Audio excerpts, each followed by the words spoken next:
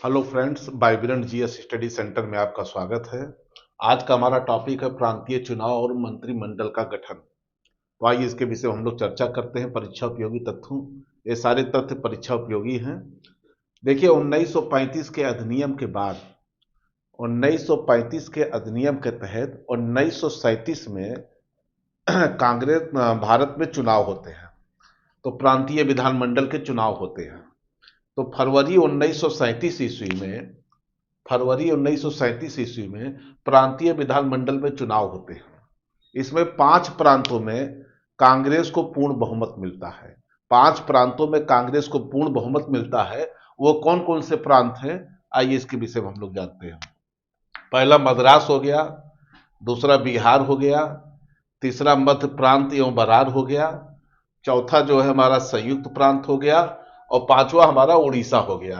इन 5 प्रांतों में कांग्रेस की जीत होती है। 5 प्रांतों में कांग्रेस की जीत होती है। और कांग्रेस जो है 1937 के चुनाव में सबसे बड़े दल के रूप में उभरती है। किन किन प्रांतों में सबसे बड़े दल के रूप में उभरती है? एक तो बंबई हो गया, ये देखिए, दूसरा आसाम हो गया, तीसरा उत्तर पश्चिमी प्रांत हो गया। इन तीनों प्रांतों में कांग्रेस सबसे बड़े दल के रूप में उभरी। कौन कौन? बंबई, असम, उत्तर पश्चिम प्रांत। और 5 प्रांतों में कांग्रेस की जीत हुई। कौन से थे? मद्रास, बिहार, मध्य प्रांत एवं बरार, संयुक्त प्रांत, उड़ीसा। केवल बंगाल, पंजाब और सिंध में ये सबसे बड़े दल के रूप से वंचित रही।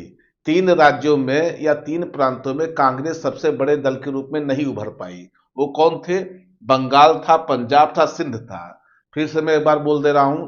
5 प्रांतों में कांग्रेस की जीत हुई। 3 प्रांतों में कांग्रेस बड़े दल के रूप में उभरी, और 3 प्रांतों में कांग्रेस जो है बड़े दल के रूप में से उभरने से वंचित रही। कांग्रेस मंत्रिमंडल जो बना था 1937 के चुनाव में, एक पूछा जाता है परीक्षा में, कितने माह तक कार्यकाल किया है, कितने समय तक था। तो कांग्रेस मंत्रिमंडल का कार्यकाल टोटल 28 महीने का था, या 28 माह का था। उसके बाद 6 प्रांतों में कांग्रेस ने अपनी मंत्रिमंडल बनाए थे। वो 6 प्रांत कौन कौन से थे? बहुत इंपॉर्टेंट तथ्य है। पहला देखिए, मद्रास हो गया, दूसरा बंबई हो गया, तीसरा मध्य प्रांत हो गया, चौथा उड़ीसा हो गया, पांचवा बिहार हो गया, और छठा संयुक्त प्रांत हो गया। ये भी यहां से पूछा जाता है परीक्षा में कि कांग्रेस ने कितने प्रांतों में अपनी मंत्रिमंडल बनाए थे। तो कांग्रेस ने 6 प्रांतों में अपनी मंत्रिमंडल बनाए थे, अर्थात सरकार बनाई थी। अब दूसरा प्रश्न ये बनता है कि कांग्रेस को 1937 चुनाव में कितने प्रांतों में जीत हुई थी।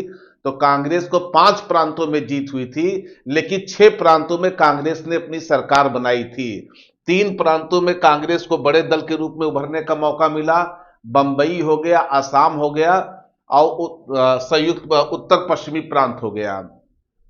और 3 प्रांतों में कांग्रेस बड़े दल के रूप में उभरने से वंचित रही। कौन कौन हो गया? बंगाल हो गया, पंजाब हो गया, और सिंध प्रांत में। बाद में पश्चिमोत्तर प्रांत व असम में भी अपने सहयोगियों के साथ इसने जो है सरकार बनाया। बाद में क्या हुआ? पश्चिमोत्तर प्रांत असम में भी अपने सहयोगियों के साथ सरकार बनाया। मतलब उसके बाद टोटल 8 प्रांतों में कांग्रेस ने अपनी सरकार बनाई थी।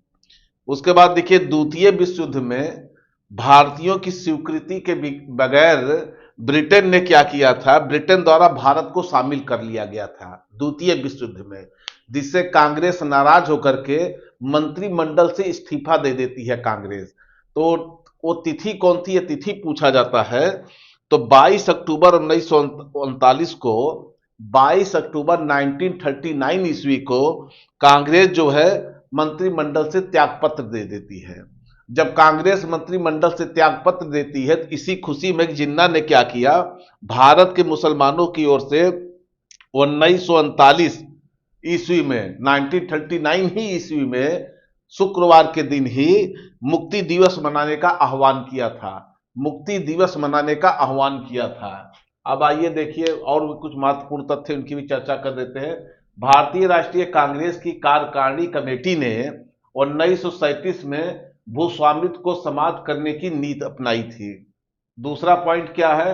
संयुक्त प्रांत और बिहार में काश्तकारी बिल पारित किए गए। किसके द्वारा? कांग्रेस द्वारा। कांग्रेस द्वारा संयुक्त प्रांत और बिहार में काश्तकारी बिल पारित किए गए। वर्ष 1937 में संपन्न प्रांतीय विधानमंडल चुनाव में उत्तर प्रदेश, जिसको संयुक्त प्रांत पहले कहा जाता था, में कुल 228 में से 134 स्थानों पर कांग्रेस को सफलता मिली थी। इसके बाद यहाँ के जो प्रधानमंत्री थे, संयुक्त प्रांत के प्रधानमंत्री बनाए गए थे, उन पंडित गोविंद बल्लभ पंत को बनाया गया था, और कानून और वित्त मंत्री कैलाशनाथ काटजू बनाए गए थे, और जो वित्त विभाग सौंपा गया था और रफी अहमद किदवई को सौंपा गया था। आइए कुछ महत्वपूर्ण तथ्य और है जिनके विषय में चर्चा कर दे। कांग्रेस शासित प्रदेशों, मतलब कांग्रेस शासित प्रदेशों में मुस्लिमों की शिकायत से संबंधित रिपोर्टों के विषय में चर्चा कर देते हैं। इन रिपोर्टों का कालक्रम पूछा जाता है। जैसे पीरपुर रिपोर्ट 1938 ईस्वी में, शरीफ रिपोर्ट हो गया मार्च 1939 ईस्वी में, फजलुल हक या मुस्लिम सफरिंग्स अंडर कांग्रेस रूल, ये कमेटी थी जो दिसंबर 1939 में बनाया गया था। ये 3 रिपोर्टों का कालक्रम भी पूछा जाता है, इसको आप लोग ध्यान से बार बार देखिएगा। कांग्रेस का त्रिपुरी संकट।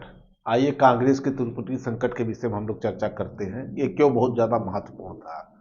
जैसे कि आप लोग को पता ही है कि वर्ष 1938 में कांग्रेस के हरिपुरा अधिवेशन में सुभाष चंद्र बोस पहली बार कांग्रेस के निर्विरोध रूप से अध्यक्ष चुने गए। कहां चुने गए? कांग्रेस के हरिपुरा अधिवेशन में वर्ष 1938 में चुनाव हुआ था।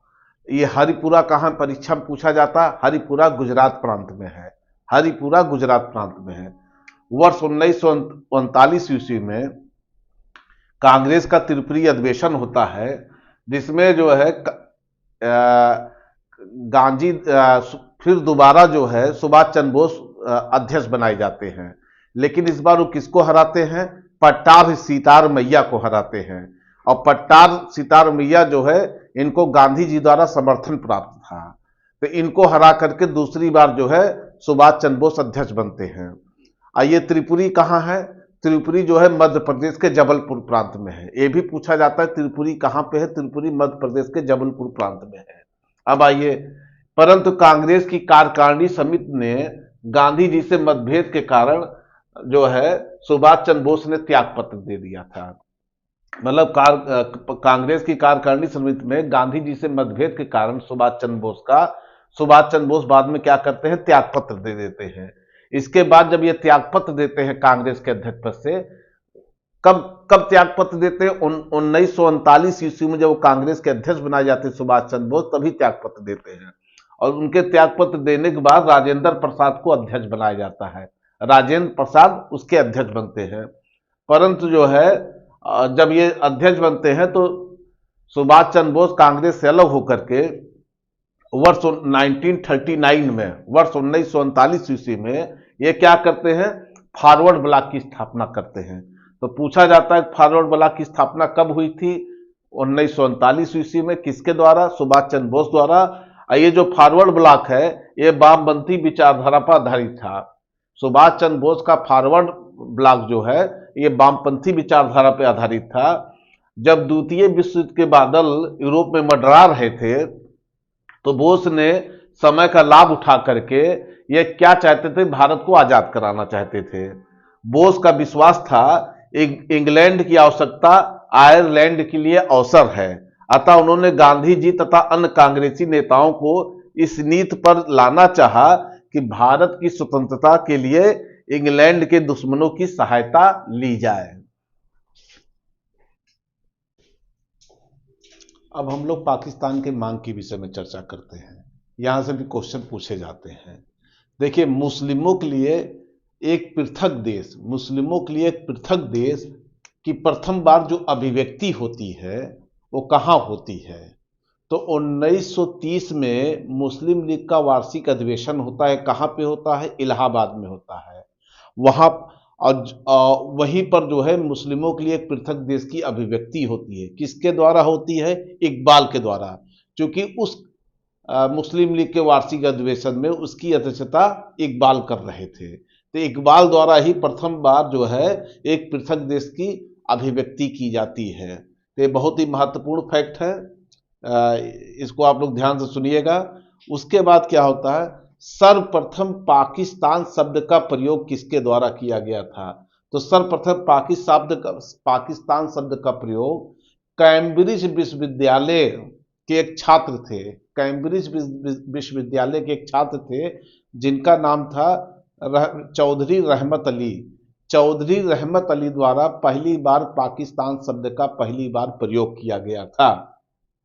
और इसमें क्या था कि कब किया गया था? वर्ष 1933 ईस्वी में। वर्ष 1933 ईस्वी में पाकिस्तान का सर्वप्रथम प्रयोग एक पैम्पलेट के माध्यम से किया गया था। क्या था उसमें? नाउ आर नेवर, देखिए now or never, or be to live, or be to live or perish for ever. Now or never, now or never, or be to live or perish for ever. इस पंपलेट के माध्यम से पहली बार पाकिस्तान शब्द का प्रयोग किया गया था। किसके द्वारा किया गया था? चौधरी रहमत अली के द्वारा किया गया था। कब किया गया था? वर्ष 1933 ईस्वी में।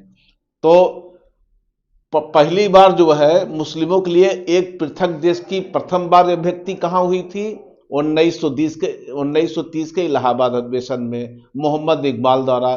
पहली बार पाकिस्तान शब्द का प्रयोग कब हुआ था? चौधरी रहमत अली द्वारा किया गया था, वर्ष 1933 ईस्वी में। उसके बाद आते ही हम लोग चर्चा करते हैं, ये जो पाकिस्तान शब्द का जो है प्रयोग किया गया था, इसमें कौन कौन से प्रांत शामिल करने की बात हुई थी? तो उसमें कौन था? पंजाब था, ध्यान से सुनिएगा। नॉर्थ वेस्ट फ्रंटियर प्रोविंस था, नॉर्थ वेस्ट फ्रंटियर प्रोविंस था, कश्मीर था, सिंध था और बलूचिस्तान था। ये 5 प्रांत थे।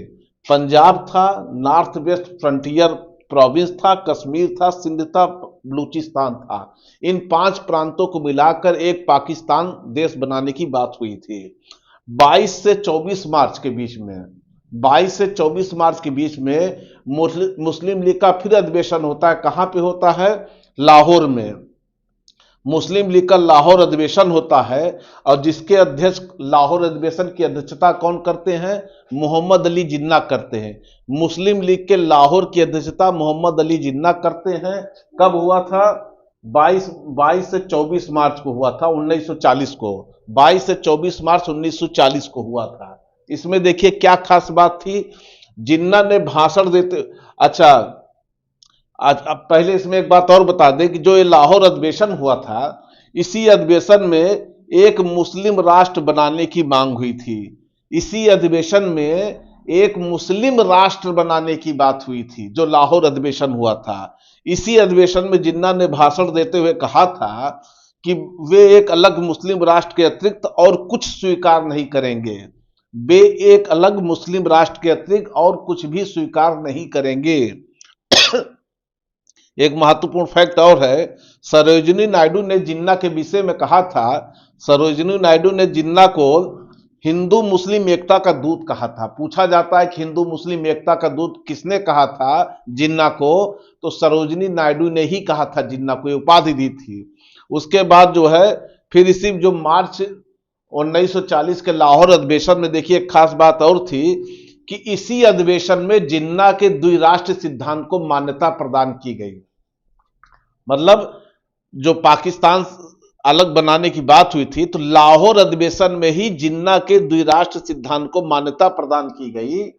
और ये जो जिन्ना का द्विराष्ट्र सिद्धांत पाकिस्तान शब्द का प्रस्ताव था, इस पाकिस्तान शब्द का जो है प्रारूप किसने तैयार किया था? तो इसको तैयार किया था सिकंदर हयात खान ने तैयार किया था। किसने तैयार किया था? सिकंदर हयात खान ने तैयार किया था। और इस प्रस्ताव को तैयार करने के उपरांत फजलुल हक को जो है सौंप दिया था। फजलुल हक को सौंप दिया था। ये बहुत ही महत्वपूर्ण तथ्य है। इसी तिथि की स्मृति में 23 मार्च 1943 को मुस्लिम लीग द्वारा पाकिस्तान दिवस मनाया गया था। अब हमारा टॉपिक है व्यक्तिगत सत्याग्रह और क्रिप्स मिशन। आइए इसके बाद इस टॉपिक से संबंधित हम लोग चर्चा करते हैं। सबसे पहले हम व्यक्तिगत सत्याग्रह के विषय में चर्चा करते हैं। देखिए, व्यक्तिगत सत्याग्रह अगस्त प्रस्ताव को पूरी तरह अस्वीकार करते हुए गांधी जी को व्यक्तिगत सत्याग्रह किसने प्रारंभ किया? व्यक्तिगत सत्याग्रह गांधी जी ने प्रारंभ किया था। कब प्रारंभ किया था? अगस्त प्रस्ताव को अस्वीकार करते हुए गांधी जी ने व्यक्तिगत सत्याग्रह प्रारंभ किया गया था। यह सत्याग्रह क्या था? व्यक्तिगत सत्याग्रह क्या था?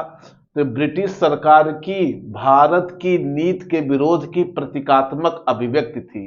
मतलब यह सत्याग्रह जो था वो ब्रिटिश सरकार की भारत की नीति के विरोध की प्रतीकात्मक अभिव्यक्ति थी।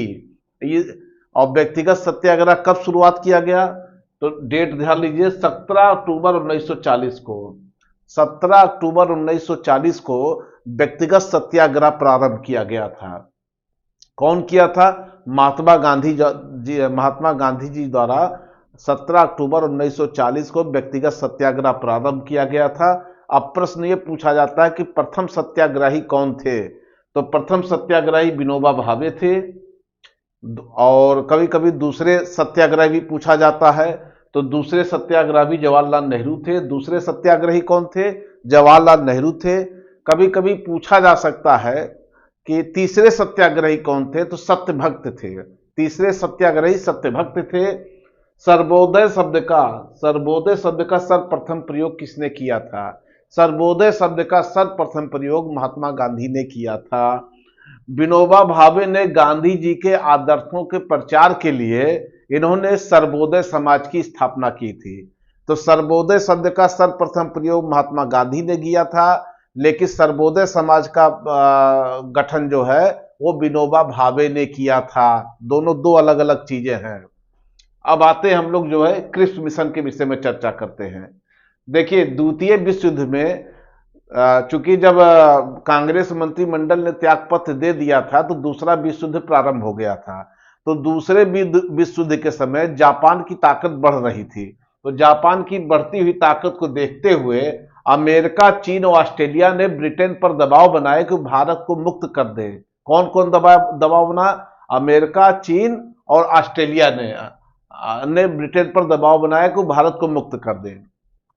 मार्च 1942 में क्रिप्स मिशन भारत आता है। पूछा जाता है कि क्रिप्स मिशन भारत कब आया? तो क्रिप्स मिशन भारत जो है मार्च 1942 में आता है। और जब ये भारत में क्रिप्स मिशन आए थे तो इन्होंने क्या शर्तें अपने साथ लेकर के आए, क्या क्या बात इसमें हुई थी, क्रिप्स मिशन में कौन कौन सी खास बातें थी? तो 4 महत्वपूर्ण बातें थी क्रिप्स मिशन में। आइए हम लोग एक एक बातों पर चर्चा करते हैं बिंदुवार तरीके से। पहली शर्त यह थी कि युद्ध के बाद भारत को डोमिनियन राज्य बनाया जाएगा। युद्ध के बाद भारत को डोमिनियन राज्य बनाया जाएगा। दूसरा क्या था? दूसरा यह था कि भारतीयों को अपना संविधान निर्मित करने का अधिकार दिया जाएगा। भारतीयों को अपना संविधान निर्मित करने का अधिकार दिया जाएगा, जिसके लिए युद्ध के बाद एक संविधान निर्मात्री परिषद बनेगी। युद्ध के बाद एक संविधान निर्मात्री परिषद बनेगी, जिसमें ब्रिटिश भारत के प्रांतों के निर्वाचित सदस्य, और देशी रजवाड़ों के प्रतिनिधि शामिल होंगे। क्योंकि भारत में 2 प्रकार के प्रांत थे। जिन जिन प्रांतों पर ब्रिटिश सरकार का अधिकार था उनको ब्रिटिश प्रांत कहा जाता था, और जिनमें रजवाड़े कायम थे उनको देशी रजवाड़ा कहा जाता था। तो ब्रिटिश प्रांतों के प्रतिनिधि और देशी रजवाड़ों के प्रतिनिधि, ये दोनों शामिल रहेंगे। तीसरा क्या था पॉइंट?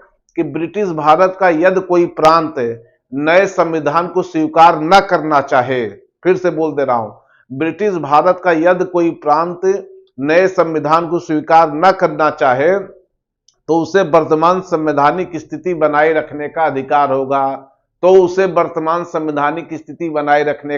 होगा। चौथा पॉइंट क्या है?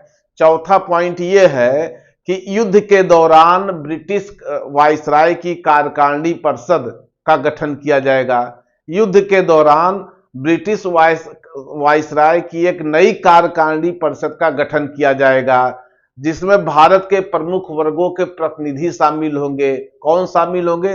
भारत में जो अलग अलग वर्ग थे उनके प्रतिनिधि शामिल होंगे। ये 4 पॉइंट क्रिप्स मिशन में महत्वपूर्ण बात थी। यहां से प्रश्न पूछे जाते हैं। और क्रिप्स मिशन को गांधी जी ने क्या कहा था? गांधी जी ने इसे उत्तर तिथीय चेक की संज्ञा दी थी। क्रिप्स मिशन को गांधी जी ने उत्तर तिथीय चेक की संज्ञा दी थी, जिसको पोस्ट डेटेड चेक भी कहा जाता है, जिसको पोस्ट डेटेड चेक भी कहा जा सकता है। और क्रिप्स मिशन के साथ भारत के जो कांग्रेस के आधिकारिक वार्ताकार थे, ये भी पूछा जाता है कि क्रिप्स मिशन के साथ कांग्रेस का आधिकारिक वार्ताकार कौन था? तो क्रिप्स मिशन के साथ कांग्रेस के जो आधिकारिक वार्ताकार थे वो पंडित जवाहरलाल नेहरू थे और मौलाना आजाद थे। पंडित जवाहरलाल नेहरू थे और मौलाना आजाद थे। तो इस प्रकार से ये टॉपिक खत्म हुआ। ये जितने भी टॉपिक मैंने की चर्चा की है, सारे परीक्षा उपयोगी तथ्य हैं, बहुत इंपॉर्टेंट है। कल हम भारत छोड़ो आंदोलन की चर्चा करेंगे और कोशिश करेंगे कल पूरा मॉडर्न हिस्ट्री हम खत्म कर देंगे। धन्यवाद।